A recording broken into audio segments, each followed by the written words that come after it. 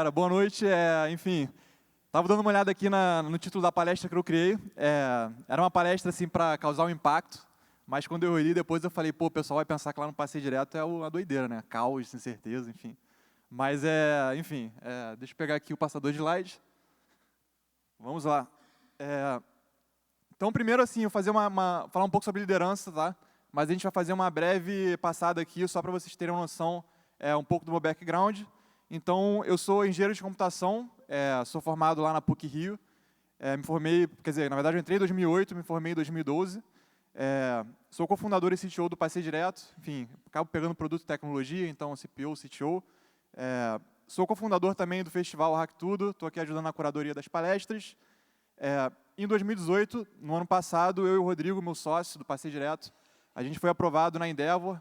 Então, a Endeavor é uma instituição sem fins lucrativos que reúne empreendedores de alto impacto, não só no Brasil, mas no mundo inteiro.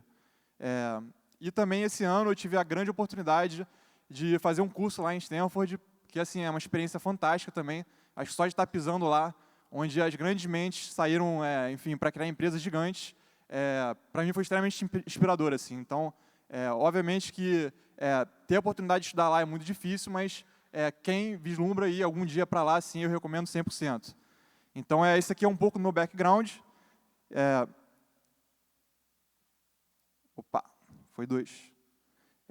Então, dando background um pouco do Hack Tudo. O Hack Tudo ele começou em 2014, então só para vocês terem um contexto, com uma maratona de programação. E isso aconteceu lá na PUC-Rio, que era a faculdade onde eu estudava, e a ideia, assim, a faísca que foi, tipo assim, a gente quer organizar uma maratona de programação, e eu tive essa ideia, e aí quando eu fui pensar, falei, cara, eu não consigo organizar um evento, né? Eu não tenho essa capacidade porque eu sou programador, né? Na época, enfim, não tinha noção de nada, hoje eu também não tenho noção de muita coisa, mas enfim.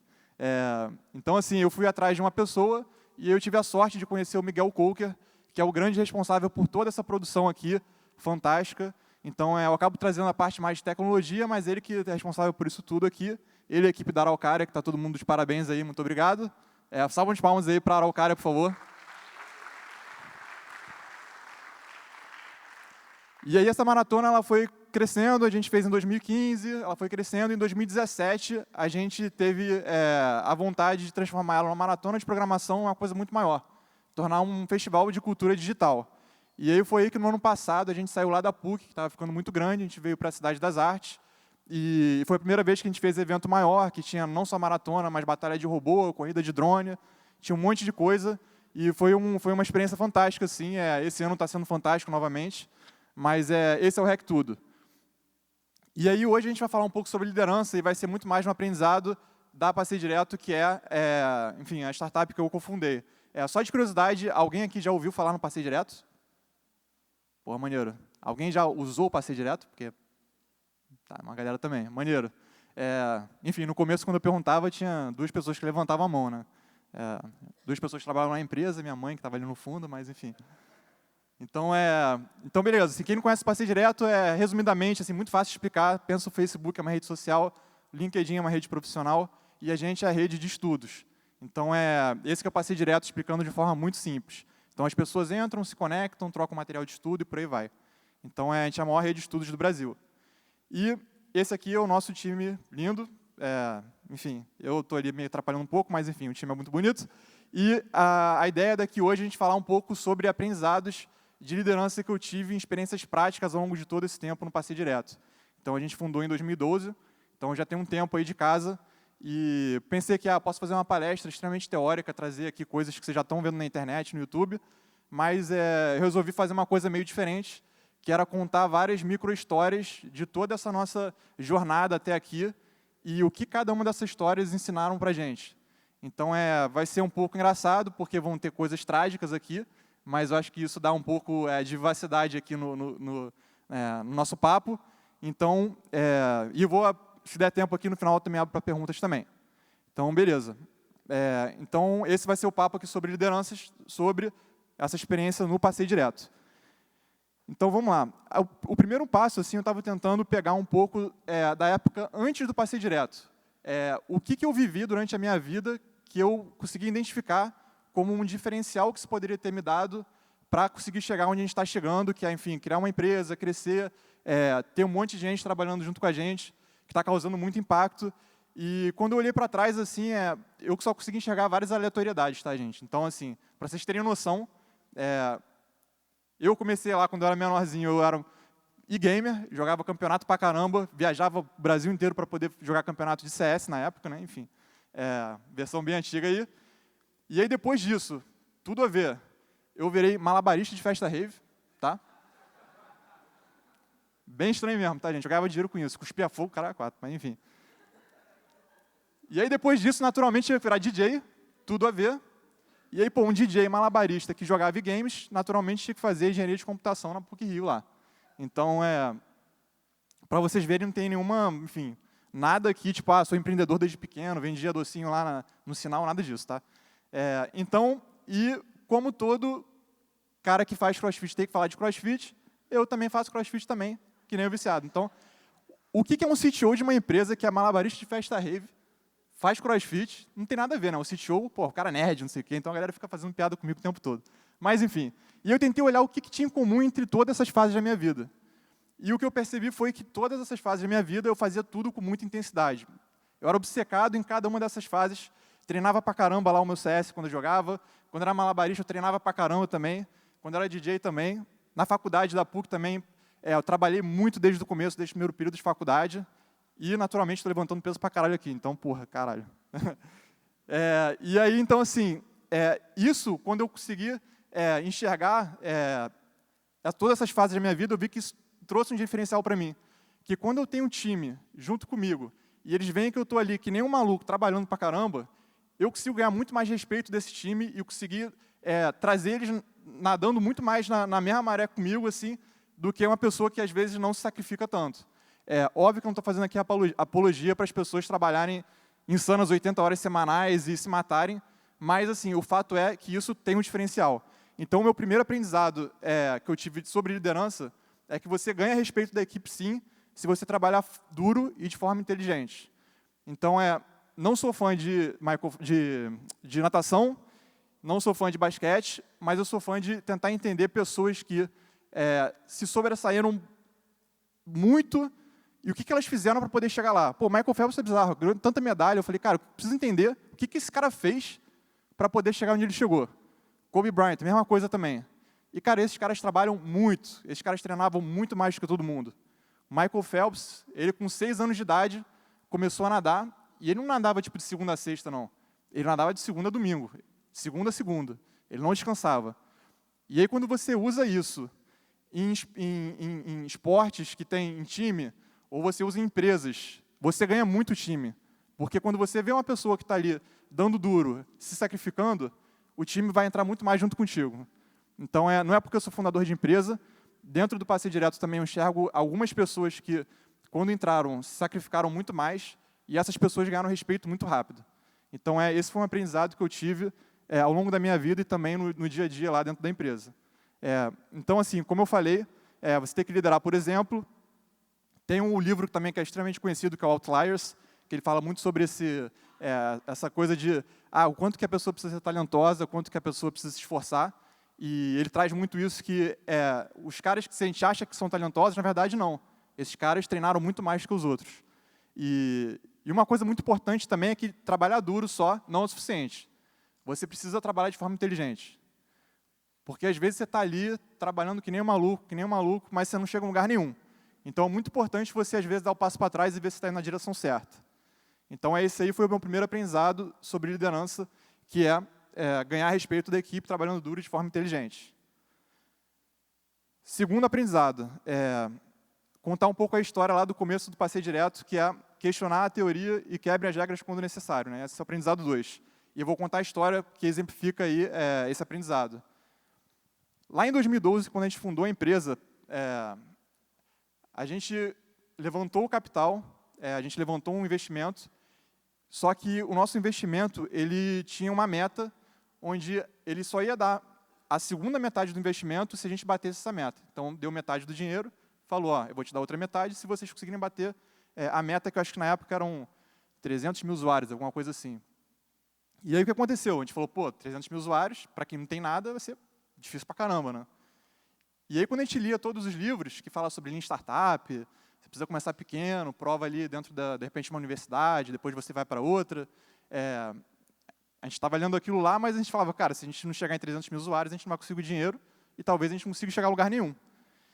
Então, a gente ficou nesse ponto ali de, cara, vamos pisar lá no Lean Startup lá e vamos tentar crescer que nem um maluco para poder conseguir a segunda metade do investimento e continuar crescendo.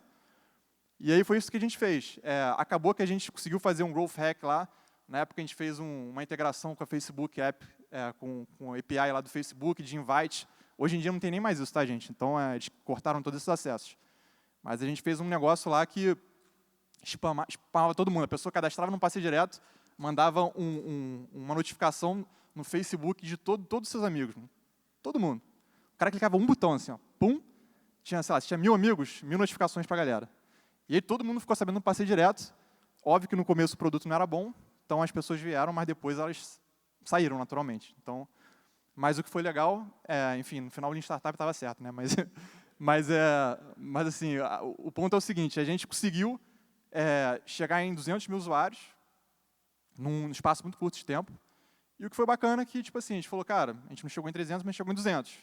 Os investidores falaram, pô, não, beleza, você provou demanda, então a gente consegue dar o próximo passo, a gente conseguiu a segunda parte do investimento, e a gente pegou e melhorou o produto depois e foi crescendo. Então, esse foi um aprendizado que a gente teve, que às vezes a gente tem que questionar qual é a teoria e quebrar as regras, né? Porque, enfim, às vezes você precisa dar um passo que não é muito lógico, né? Então, é um pouco isso. Os planos nem sempre acontecem como esperado, tem que se adaptar ou você vai morrer, e tem que saber como lidar com perda também. Então, esse aí foi o nosso segundo aprendizado lá em 2012, quando a gente fundou a empresa. Esse daqui, esse aprendizado 3, que é constantemente desenvolva suas fraquezas como líder, tem uma foto aí minha na conta corrente, que é na Globo News. Isso foi uma história meio doida também, que o meu sócio, Rodrigo, ele é um cara que fala muito melhor do que eu, naturalmente, porque, enfim, ele é o CEO da empresa, só que lá no começo ele teve que viajar, teve que fazer alguma coisa que ele não podia ir numa entrevista que chamaram a gente da Globo News. E era uma entrevista que, enfim, eu falei, cara, não tenho experiência, nunca falei em público, enfim, faculdade de engenharia de computação, você não apresenta trabalho, não faz nada. Aí eu falei, pô, não sei se eu vou, vai ser meio difícil para mim. E aí ele falou, não, você tem que ir, pô, Globo News, é importante pra caramba e tal. Eu falei, pô, beleza, vamos embora. Então eu vou. E aí ele falou assim, só tem um detalhe, é ao vivo. Aí eu falei, caraca, ao vivo? Beleza, vamos embora.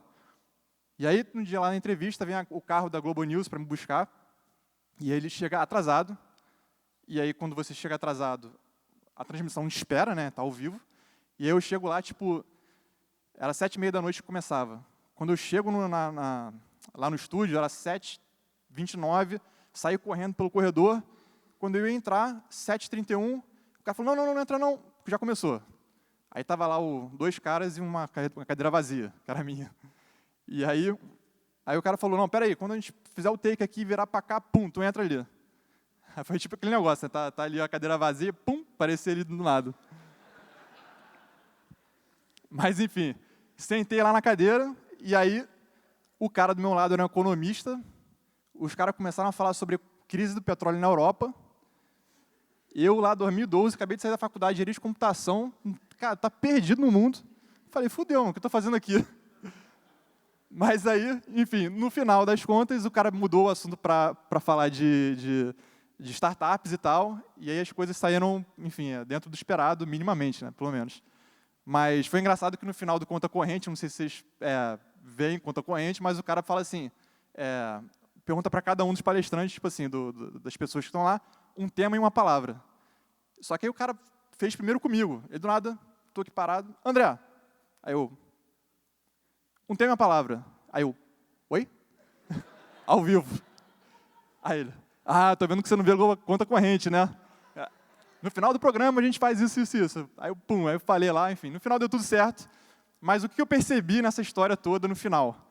Eu percebi que eu tinha uma fraqueza minha, que era a parte de comunicação, e eu percebi que eu tinha que realmente me botar nas situações difíceis para aprender a me desenvolver nisso. E eu acho que todo líder precisa buscar isso, precisa buscar desenvolver as fraquezas. Então, quando você fala um pouco de competências que o líder tem que ter, comunicação, visão, teamwork, resiliência, competência, todas essas coisas são atributos que você precisa olhar o que você é bom, o que você é ruim, e precisa se desenvolver neles. Então, assim como eu via comunicação, eu comecei a me jogar em todos os eventos de palestra, de programas de televisão, para poder tentar me desenvolver um pouco nessa parte, que eu vi que era muito importante para mim. Então, esse foi um pouco um exemplo aí que eu dei uma história, mas que simboliza esse aprendizado que eu tive. Cara, eu preciso sempre estar buscando entender minhas fraquezas e desenvolver elas. Então, envolve coragem para enfrentar medos, sair da zona de conforto. Porra, botar minha foto ali fazendo peso, porra, eu fiquei pensando 500 vezes, será que eu boto isso ou não boto? Ficar com vergonha aqui pra caramba, mas enfim, botei. Então, esse tipo de coisa mesmo, se joga mesmo e vambora. E aí, aprendizado 4, um aprendizado que para mim foi extremamente importante, que é trabalhe a sua resiliência, ou melhor ainda, torne-se antifrágil. Então, não sei, alguém aqui já leu Antifrágil? Beleza, alguns aqui. O conceito de antifragilidade, melhor do que resiliência, um material resiliente é um material que você bate e ele não quebra. O antifrágil, ele é diferente.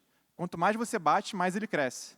Então, quando você fala de antifragilidade, você como pessoa precisa ser antifrágil. Você precisa saber apanhar e saber pegar essa surra e descobrir como que eu vou me desenvolver mais ainda em cima dela. Então, eu botei aqui mais essa história daqui também, que, enfim, é uma história também engraçada. Cara, só estou trazendo história trágica, tá, gente? Mas, assim, as histórias trágicas são as que trazem os maiores aprendizados. Então, num desses momentos difíceis também que eu estava lá no Passeio Direto, algum momento de falta de crescimento, pressão dos investidores, teve um momento que a gente estava muito no estresse, e eu saí para poder ir no jantar lá de aniversário da minha mãe, estava na churrascaria lá comendo com ela, e aí do nada eu começo a ouvir o barulho dos talheres das pessoas, o barulho mais, tipo, detalhe, assim, e aí do nada eu começo a sentir minha mão esquerda formigando.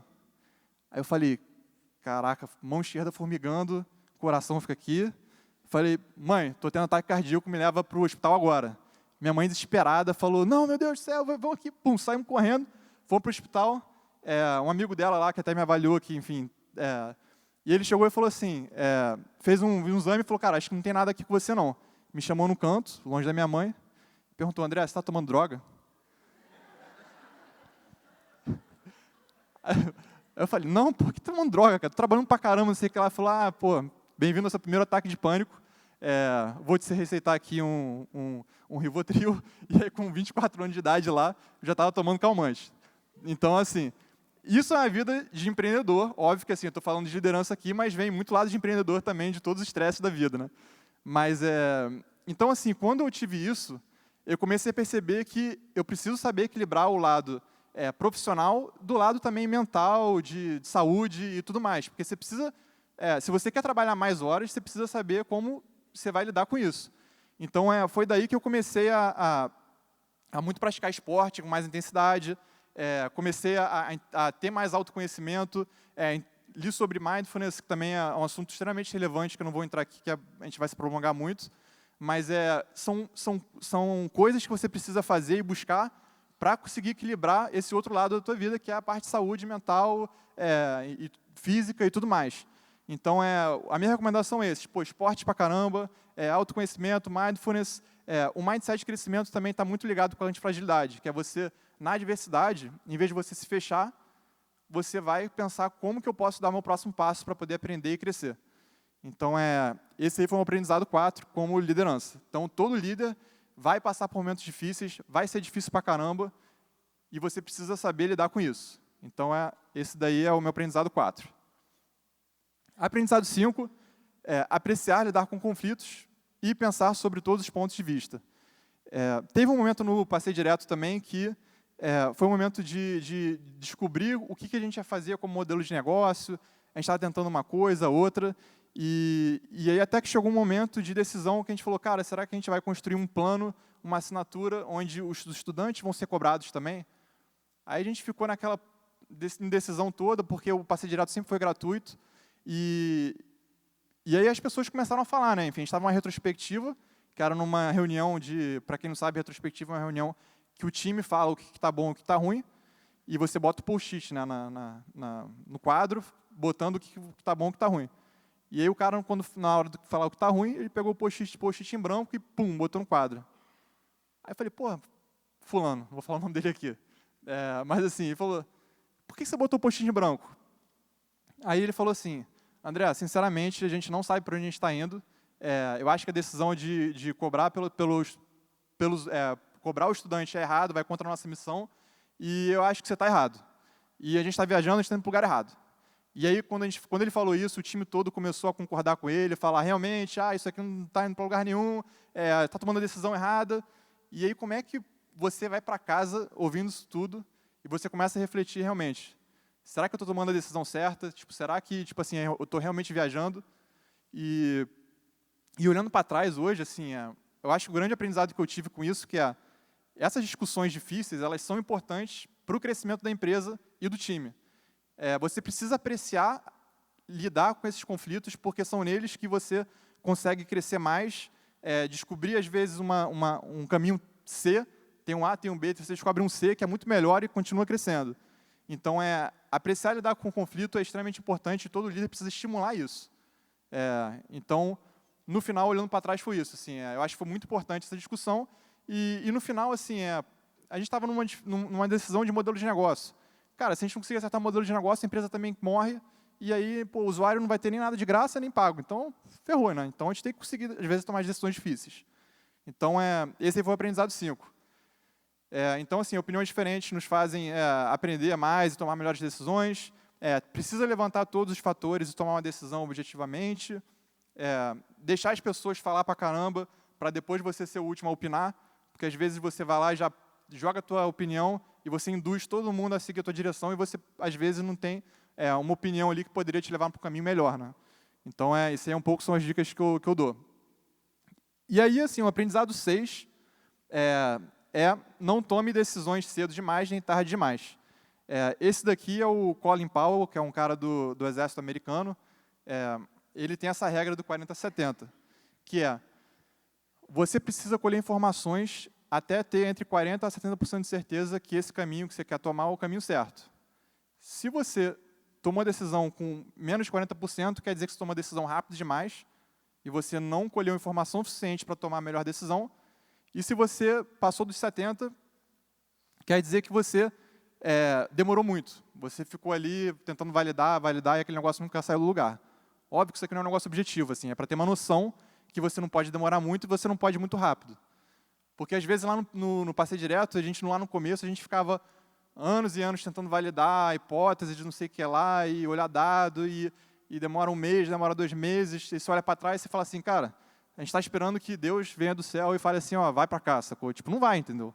Você não vai ter nunca você vai ter 100% de certeza que uma direção é a direção certa. Então, você precisa saber lidar com isso, não pode ir muito rápido nem muito devagar. Então, esse aí é um pouco o aprendizado que a gente teve, que é nunca tomar decisão cedo nem tarde. Então, você nunca vai ter certeza sempre que é o caminho certo, e o maior risco é você ter um medo de decidir por causa da incerteza de qual é o caminho certo, e você tem que tentar levantar o máximo de informações possíveis no espaço de tempo que você tem. Então, esse aí é um pouco o aprendizado que eu tive. E aí a gente vai para o aprendizado 7, que aprenda a gerir o seu tempo ou você não conseguir gerir nada mais. Teve uma época no PD também que a gente queria ter muito mais gestão horizontal, sabe? Que ninguém aqui é tipo chefe de ninguém. A gente quer, todo mundo horizontal e todo mundo pode fazer o que quiser. Só que quando a gente vai crescendo a equipe, chega um momento que, no meu caso, que eu estava com uma porrada de gente, tipo desenvolvedor, de product manager, chegou uma hora que eu falei, cara, eu não estou conseguindo mais dar conta. Eu estava trabalhando tanto, tudo estava engargalando em cima de mim, e eu virei um gargalo da empresa e a gente não conseguia andar para frente porque tudo dependia de mim. E aí foi aí nesse momento que a gente começou a pensar, cara, não, a gente precisa criar uma estrutura, hierarquizar um pouco a empresa, criar as lideranças sim, porque são importantes para dar as responsabilidades e autonomias, e isso foi um movimento que a gente fez. Porque no final, eu entendi que, cara, o meu tempo ele é limitado. O empreendedor, quando começa a empreender, você é a empresa inteira praticamente, mas num círculo que é a empresa, o empreendedor é 90% desse círculo. E aí, conforme a empresa cresce, você vai virando um círculo menorzinho desse todo. E isso até uma mentoria que eu tive, que eu aprendi isso. Assim, ela falou, cara, André, você precisa conseguir crescer a empresa a um ponto que, se você sair dela, ela continua operando da mesma forma. E ela falou isso para mim, falou, cara, se você sair agora de férias durante 30 dias, você acha que tudo vai estar rodando perfeitamente? Eu falei, meu Deus, vai explodir tudo. Ela falou, cara, a sua função deveria ser, na utopia, conseguir chegar, cara, você sai da empresa, as coisas continuam operando da forma melhor possível. Então, foi isso que eu aprendi. Eu falei, cara, a partir de agora, eu vou tentar desenvolver as pessoas, dar responsabilidades e autonomia para que elas continuem crescendo e executando, seja lá o que tiver que executar. Então, a gerência do tempo de um líder é uma das coisas mais difíceis de fazer e mais importantes. E aí, formas de fazer isso. Você tem que priorizar muito bem o que você vai fazer, porque sempre vai ter mais coisas do que você consegue fazer. Você precisa saber delegar. Boa, delegar é difícil pra caramba. Acho que todo dia que passa no PD eu aprendo a delegar mais, assim. Porque assim, a sua ação primária é sempre tipo assim, vem um problema, você pum, já começa a resolver. Hoje em dia, você tem que receber o problema e falar, não, cara, isso aqui, pô, vai para essa pessoa tal, ou esse negócio aqui eu vou matar, não vou nem jogar para o outro lado, e por aí vai. Você precisa ter essa noção de como delegar. Criar agenda para as coisas, saber descansar também, porque a produtividade é muito importante. E aí você precisa descobrir e criar seu tempo produtivo. Então, durante o meu dia na empresa, eu sei que eu sou sempre muito interrompido. Tem muitas reuniões, coisas imprevistas que acontecem fora do plano. E aí o que eu faço, por exemplo, cara, eu chego cedo na empresa, porque eu sei que eu tenho 3 horinhas ali na manhã que, cara, ninguém vai me interromper. E eu consigo fazer o que eu quero fazer, que eu considero estratégico para a empresa. Então, seja lá qual for o artifício que você for fazer, você tem que criar seu tempo produtivo dentro da empresa, onde você é o dono do teu tempo, e não as pessoas são dono do tempo de vocês. Então, é mais ou menos isso. Então, aprender a gerir o tempo é muito importante. E aí, assim, o aprendizado 8, que é a boa liderança, está mais relacionado ao poder de persuasão do que de autoridade. E aí tem um elefante e um hipopótamo, eu vou explicar o que é isso. O elefante é fofinho pra caramba, enfim. Mas isso foi um professor lá de Stanford que eu fui, que ele falou sobre isso. Era uma aula de persuasão, né, de como é que você consegue que um time siga o caminho que você pensa que é o certo. E é até muito doido, tá, gente? Porque essa aula parece quase como uma manipulação. Tipo assim, eu quero seguir para esse caminho, eu consigo convencer você que o que eu acho é o certo. Então, às vezes, você está levantando investimento, você vai conversar com o investidor, é quase como se estivesse entrando na cabeça do cara para você convencer ele do que você quer fazer, entendeu? Então, é um negócio bem doido, assim. E o segredo para isso é você ouvir muito e falar pouco. E por isso que é o elefante hipopótamo, foi o que o cara falou. Falou, André, você precisa ser um elefante, não um hipopótamo. Você precisa ter orelha grande, boca pequena, e não ter a boca grande e a orelha pequena. Então, tipo assim, você precisa saber ouvir muito. Então, quando você quer persuadir alguém, você precisa fazer muitas perguntas e não ficar falando. Então, pô, você quer seguir esse caminho tal, você pergunta, e o cara não está concordando com você. Você pergunta, mas por que você não está concordando? Ah, por causa disso. Ah, eu me preocupo com isso, com isso, com isso. E aí você vai coletando todas essas informações e você formula uma tese para depois você voltar e tomar aquela decisão. Então, eu até brinco com uma pessoa lá do meu time que eu vim com uma proposta, uma ideia, e ele não concordou. E aí foi nesse momento que eu comecei a fazer várias perguntas para poder entender o porquê que ele não concordou. Ah, porque eu acho isso, isso, isso, isso, isso. E aí, assim, eu tenho que ouvir ele, por que ele está achando por que ele está contra. Porque, às vezes, também, quando eu ouço, tipo assim, eu falo, cara, não, realmente, você tem razão, eu vou mudar de caminho. Agora, pode ser que eu também não seja convencido. Então, eu ouço muito qual é o ponto de vista dele, para depois eu vir formular uma proposta e conversar com ele novamente. Então, é mais ou menos esse caminho.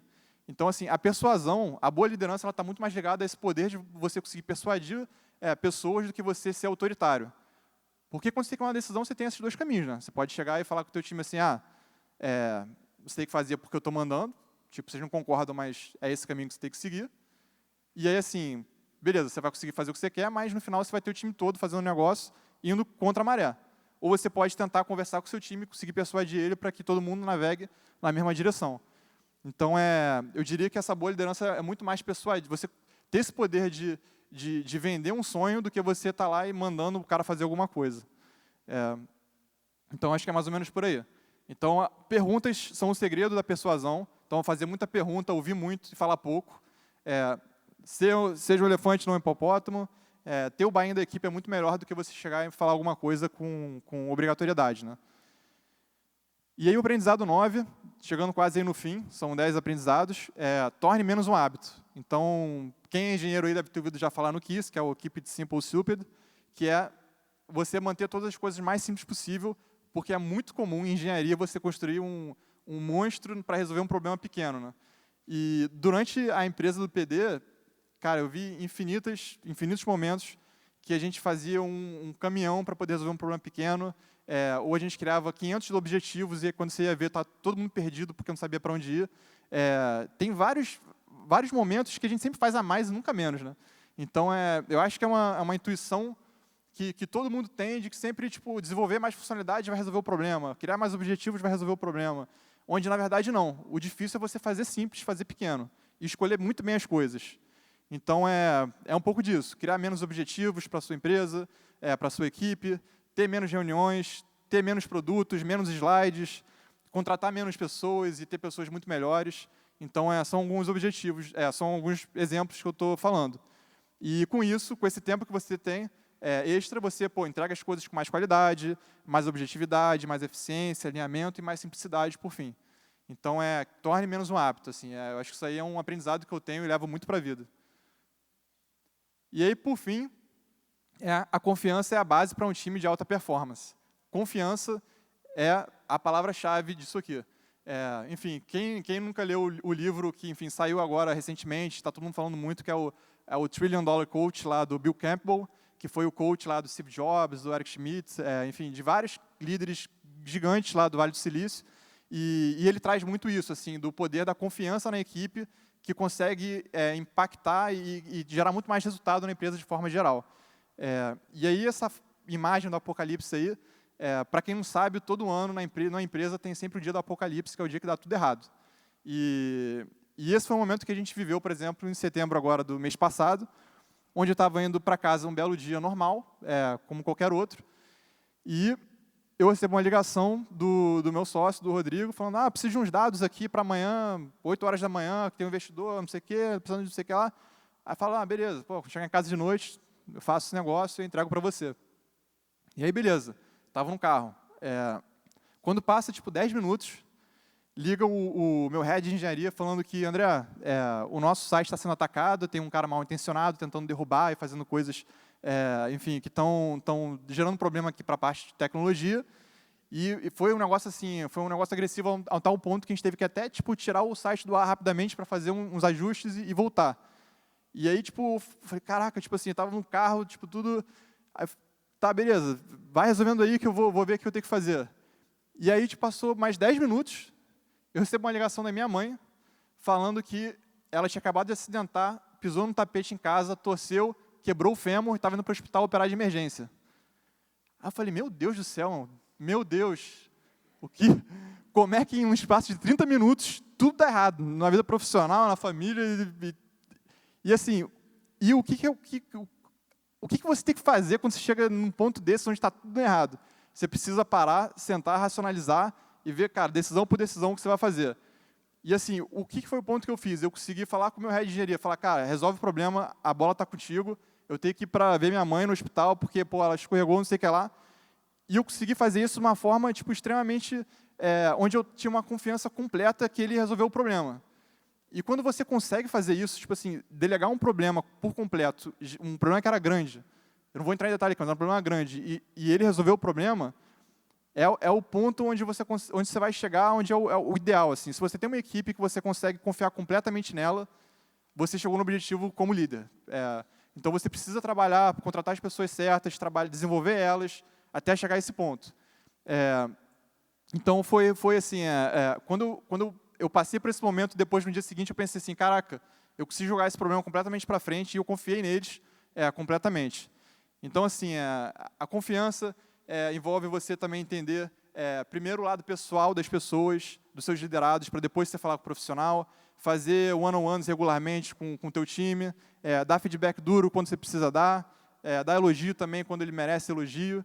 Então, isso tudo, esse tipo de coisa, desenvolve muito esse lado de você ter uma pessoa ali próxima que está se desenvolvendo e você começa a confiar nesse time, consegue executar bem, ele está bem alinhado contigo. Então, é mais ou menos por aí, resumidamente. E aí, por fim, extremamente importante, nunca deixe de se divertir. Quando o trabalho vira uma coisa séria e chata, vira só mais um dia de trabalho e você nunca vai conseguir tirar o máximo do teu time, né? Então, acho que isso é muito importante. E aí, assim, então, olhando assim, um pouco para trás, assim, muito resumidamente, olhando os 10 aprendizados aí que eu tive sobre liderança, com histórias completamente reais, nada tirado de livro, tá, gente? Foi coisas que eu vivenciei nesses últimos 7 anos. Então, ganhe respeito trabalhando duro, questionar a teoria e quebrar as regras quando necessário, constantemente desenvolver suas fraquezas, resiliência, apreciar lidar com conflitos, não tomar decisões cedo demais nem tarde demais, aprender a gerir o tempo, persuasão, menos para tudo nessa vida, e confiança é extremamente importante para times de alta performance. Então, esse é o resumo completo dos 10 aprendizados que eu tive sobre liderança. E, assim, para a gente fechar aqui, assim, eu diria que a maior recompensa, assim, toda essa jornada empreendedora é um pouco esse give back que a gente dá, a gente chegar aqui e construir um evento desses, olhar todos vocês aqui, aprendendo coisas com pessoas aqui que estão conseguindo mandar muito bem nas empresas, fazendo produtos incríveis, e, tipo assim, ir lá embaixo, poder olhar criança, sacou, em contato com tecnologia. Então, isso é uma parada que, tipo assim, não tem preço nenhum, você vê o impacto que você consegue causar na vida das pessoas. Então, um pouco, o Hack Tudo é um exemplo disso. O próprio Passeio Direto também, tipo assim, a gente impacta milhões de estudantes, sacou? Educação é um dos maiores problemas do Brasil. O fato de a gente estar trabalhando nesse mercado é um diferencial gigante, sabe? Tipo assim, a gente tem no time quem está realmente querendo mudar o rumo da educação. Então, eu diria que isso é um dos principais diferenciais que a gente tem. E estou passando aqui, não está passando mais? Foi. E aí, assim, para fechar aqui, eu queria mais, tipo assim, falar um pouco isso, né? Que, tipo assim, no passado, quando eu perguntava assim, quem conhece Passeio Direto, aquilo, ninguém levantava a mão. Eu tive 2 casos recentes que eu acho que foi muito engraçado, que a gente estava no Uber falando de empresa, indo para algum canto, acho que era, não sei se era festa de final do ano, e a gente estava falando sobre Passeio Direto, e o cara do Uber lá chega e fala, cara, vocês estão no Passeio Direto, maneiro, uso vocês, eu trabalho aqui durante a noite, mas eu estudo durante o dia, obrigado, cara, não sei o que e tal. E aí, cara, quando você vê, tipo assim, cara, uma pessoa ali no Uber, assim, do nada, vindo falar com você sobre isso, tipo assim, é uma recompensa gigante, assim. E o famoso carteiro lá também, o carteiro que bateu lá no Passeio Direto lá para entregar a carta, o cara falou assim, Passeio Direto, vocês existem, cara? Existimos aqui e tal, obrigado, não sei o quê, cara, uso vocês direto e tal. Então, esse tipo de recompensa, de você ver que as pessoas, de fato, estão usando o seu serviço, ou estão aprendendo alguma coisa, ou vocês estão aqui, tipo assim, desfrutando, se divertindo no evento, eu diria que é a maior recompensa. Então, enfim, só fechando aí, esses aí são os maiores aprendizados e passando um pouco do give back aí também, de todo esse aprendizado que a gente está tendo ao longo dessa jornada empreendedora aí. A gente tem 12 minutinhos aqui, então talvez eu vou abrir aqui para algumas rápidas perguntas, e acho que é isso. Obrigado.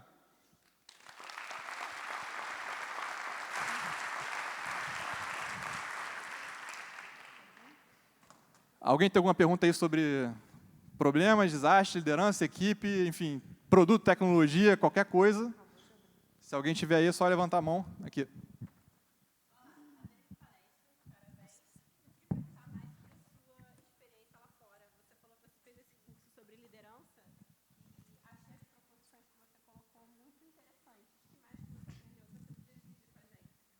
Bacana. Enfim, é difícil resumir lá o curso todo em pouco tempo, mas eu diria que assim, a forma que eles ensinam, que eles passam conhecimento é muito diferente do que aqui no Brasil. Aqui no Brasil, você vai para uma sala de aula, você senta na turma, o professor começa a falar, e termina, aí você volta outro dia, ele fala, termina, aí você faz uma prova e acabou. Tipo, lá, quando a gente foi passar essa semana lá para poder estudar, a quantidade de material que eles enviaram para a gente antes é gigante, assim. A gente tem que fazer leituras de casos gigantes. E aí, quando eu percebi, quando eu cheguei lá, eu já sabia pra caramba já. Porque, assim, eu não vou para lá, pro outro lado chegar lá nos Estados Unidos, poder estudar nas maiores faculdades do mundo, sem no mínimo, ler lá as coisas que a gente tinha que ver.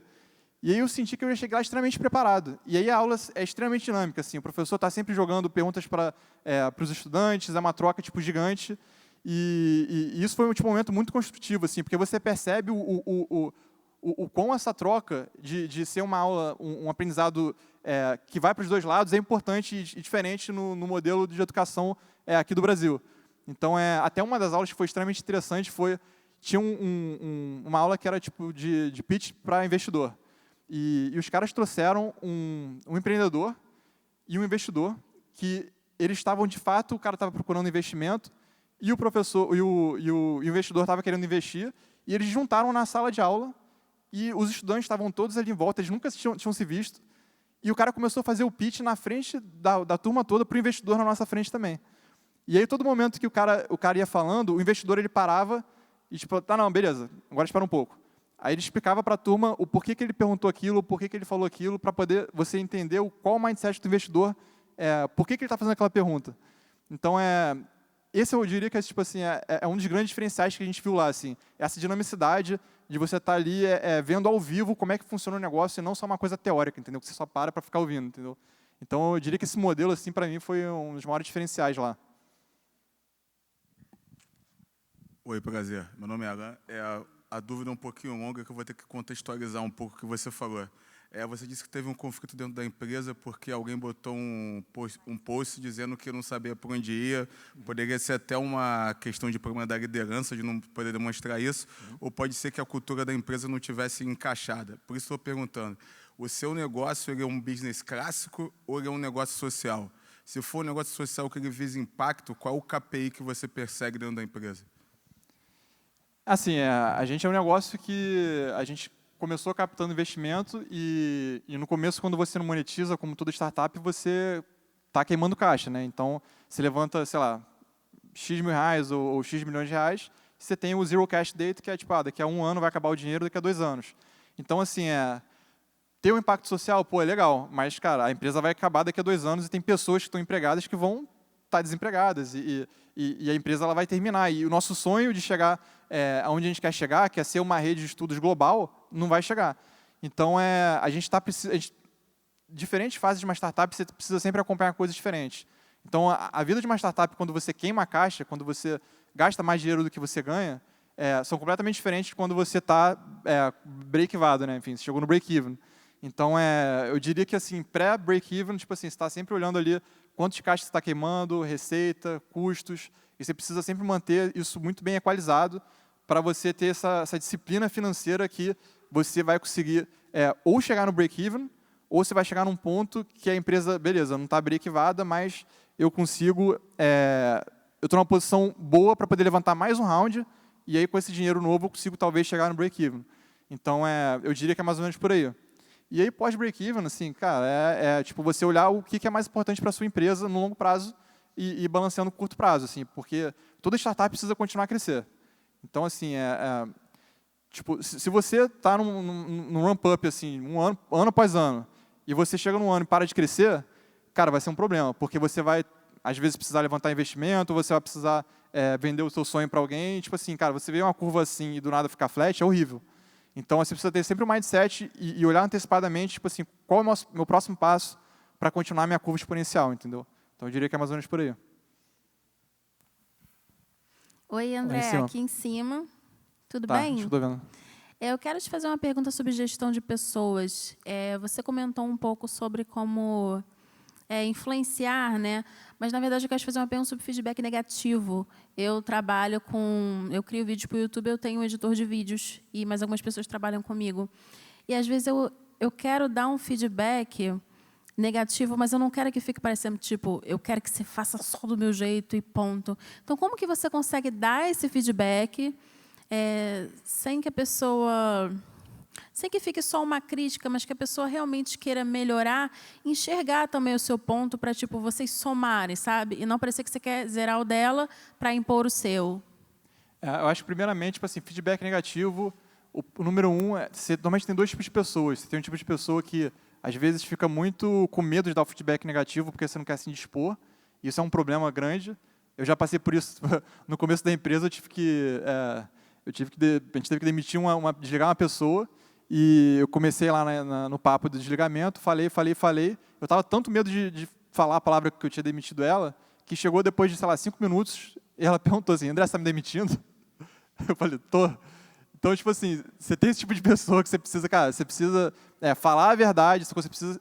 Então, assim, a minha dica, normalmente, para esse tipo de pessoa se prepara muito bem antes, escreve exatamente quais são os bullets que você quer endereçar. Tipo assim, pô, é isso. Beleza? Então, essa a dica que eu dou para esse tipo de problema, assim. Eu diria que, tipo assim, feedback, assim, acho que é muito uma coisa assim, você precisa conversar com os pares, entendeu? Entender não só a sua relação com a pessoa, mas, assim, como que as outras pessoas estão interagindo com ela, entendeu? Será que isso é um problema que é só seu com a pessoa? Será que é um problema entre o time inteiro, entendeu? Então, quanto mais você estiver munido de informação, acho que você consegue dar um feedback mais direcionado, entendeu? E é muito importante você ter exemplos práticos também, porque às vezes você fala assim, pô, sei lá, esse negócio aqui não está muito bom. Mas, pô, caraca, tá, mas dá um exemplo, sacou? E aí você não tem aquele exemplo, é horrível, porque, pô, você fala um negócio ruim, mas você não tem noção do que é, entendeu? Então, eu diria que é tipo assim, se munir de exemplos, conversar com as pessoas em volta da pessoa que vai receber o feedback para poder trazer mais input para ela, entendeu? Acho que é mais ou menos por aí. É você mesmo que olhou para trás agora. Dá.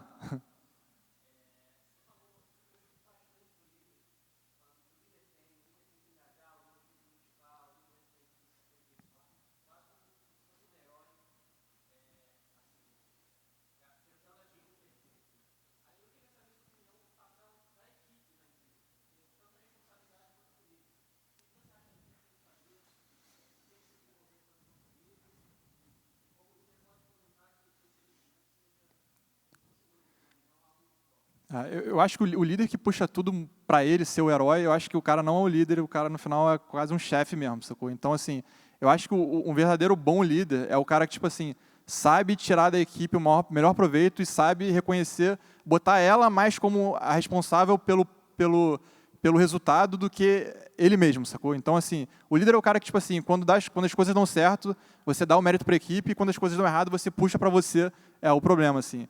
Então, eu diria que é mais ou menos por aí, sacou? Não sei se eu consegui responder essa pergunta, mas... Foi, gente?